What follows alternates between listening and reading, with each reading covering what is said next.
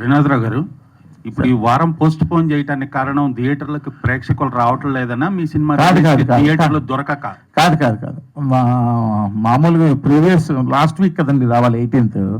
ఆ రోజు ఇంచుమించు 4-5 అంటే రేపు 18th అంటే రేపు నా 4-5 ఫిల్మ్స్ వెంటనే అనౌన్స్ వచ్చినాయి.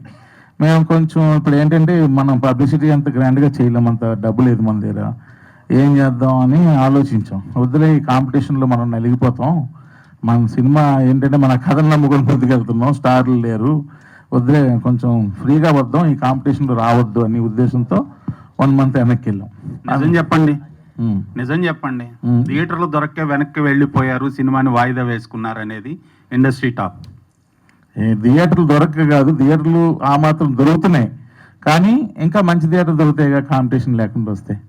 అలా మేజర్ థియేటర్స్ కూడా మెయిన్ స్క్రీన్స్ వస్తాయి, కొంచెం మంచి స్క్రీన్స్ వస్తాయి. సార్ నిర్మాతగా కంటిన్యూ చేస్తారా సార్? అంటే నిర్మాతగా అంటే ఇప్పుడు ఇది ప్రొడక్షన్ నెంబర్ 2 కూడా స్టార్ట్ చేశా. ప్రొడక్షన్ నెంబర్ 2 అనకాపల్లి పేరుతో స్టార్ట్ చేశా, అది షూటింగ్ అవుతుంది. సో అది కూడా షూటింగ్ అవుతుంది. మూర్తి గారు, అదైతే ఇలా ఇలాంటిది కాదు కాబట్టి అది బడ్జెట్ చేస్తున్నాం. కాదు అది ఏంటి అలా అని కాదు, అనకాపల్లి అని టైటిల్తో అది కూడా చేస్తున్నాం సినిమా. ఏదో ఈ 2 సినిమాలకి కొంచెం ఇంట్రెస్ట్ పెట్టా.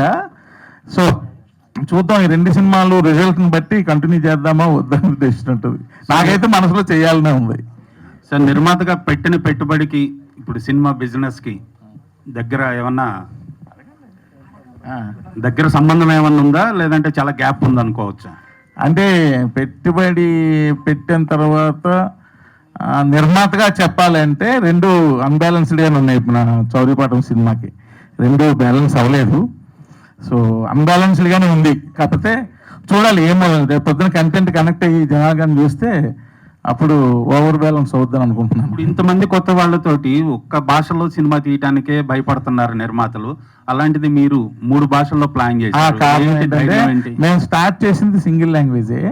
ఆ తర్వాత ఎప్పుడైతే మేము ప్రమోషన్ల విషయంలో విజయ్ సేతుపతి గారికి చూపించడం, ఆ తర్వాత ఇంకొకరు చూపించడం, చాలా మంది చేసేటప్పుడు ఆ ట్రైలర్ చూసి కొంతమంది వచ్చారు, అది బాగుందా అని చెప్పి ఆ ఎంకరేజ్మెంట్తో మేము లాంగ్వేజ్లు పెంచాం.